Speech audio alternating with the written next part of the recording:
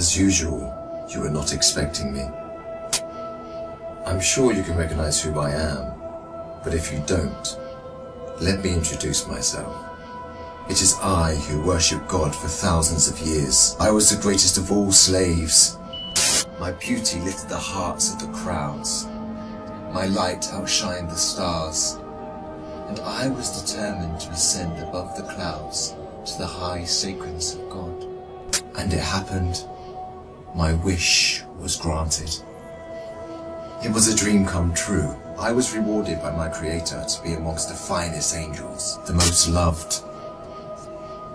I was adoring all my eminence until your father, Adam, was created.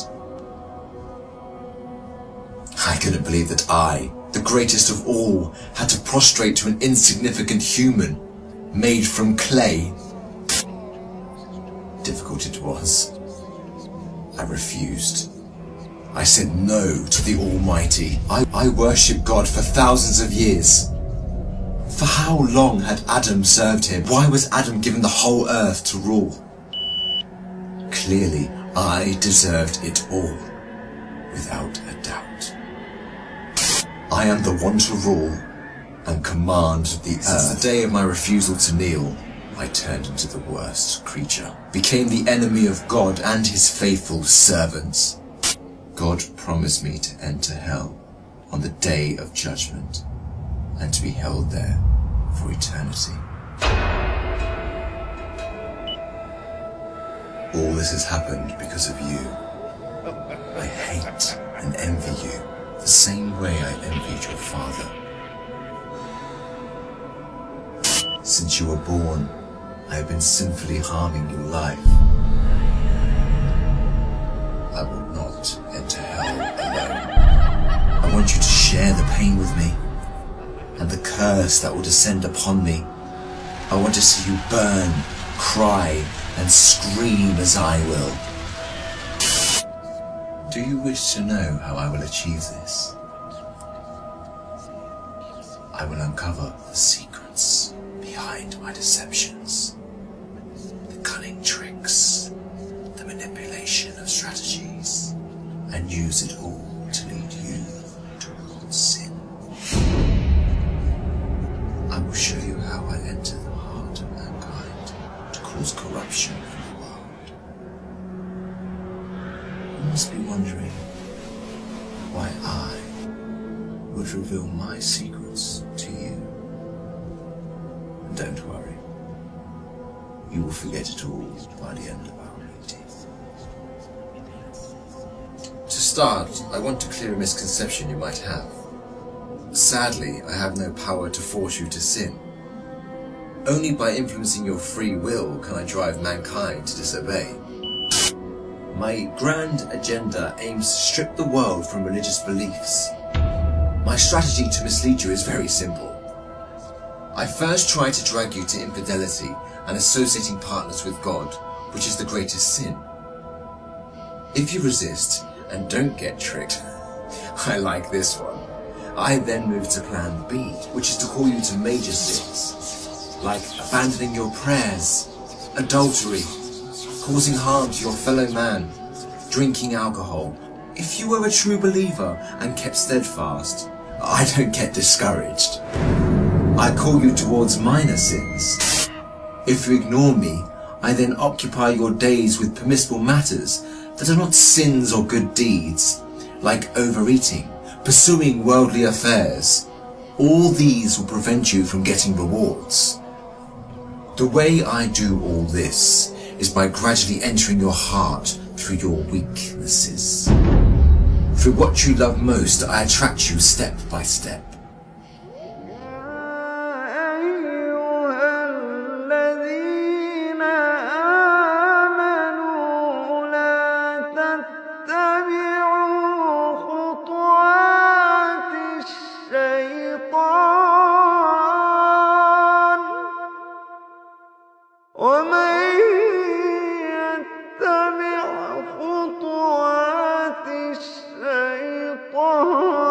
فإنه يأمر بالفحشاء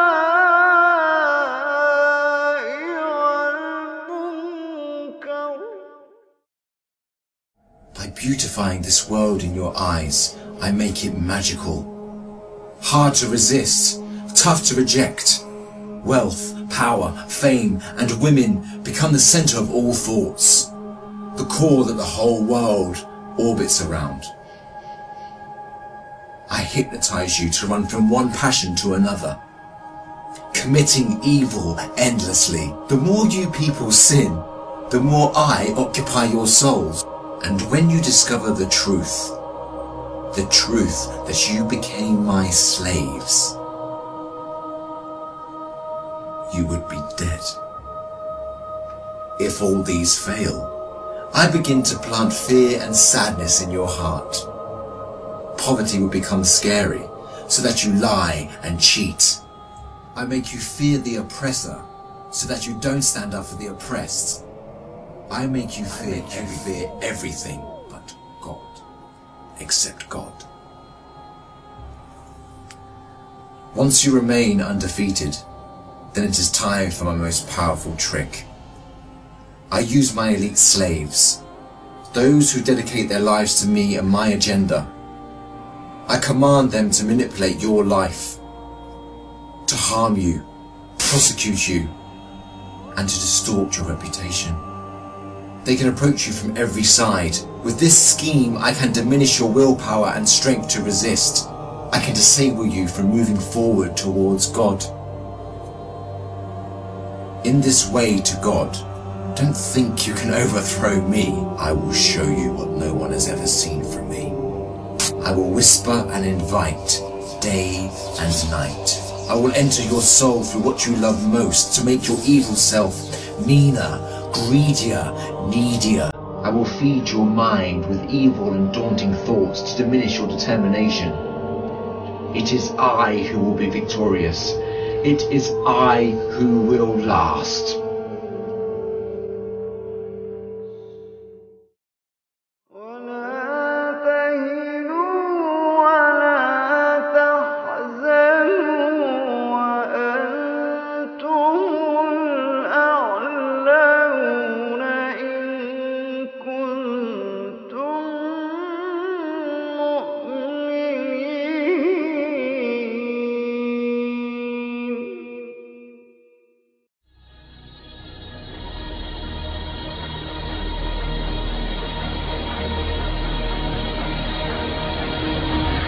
So the idea of the Dajjal is that the Dajjal will come and tell people in the same way that Isa a.s. told them that the next world is what you should work for, the Dajjal would tell them this world is what you should work for.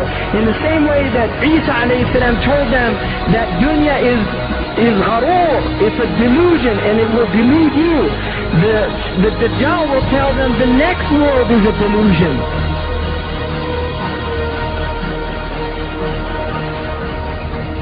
Dunya is the illusory element of the world. It's that element that takes people away from the akhirah. And this is Shaitan's game. Shaitan's game is to take people away. Shaitan means to make distant. Dunya is near. He makes us feel that dunya is what is close, not akhirah. Islam tells us dunya is distant. You see, like the beer commercial, you only live once, so get all the gusto you can. Right? That's a Budweiser. You only live once, you only go around once, so get all the gusto you can. This is the message of this age.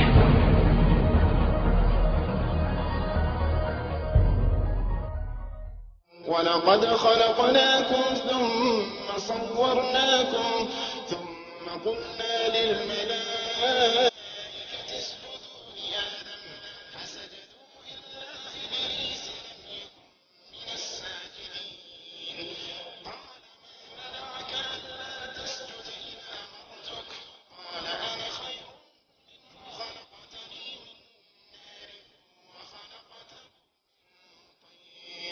من طين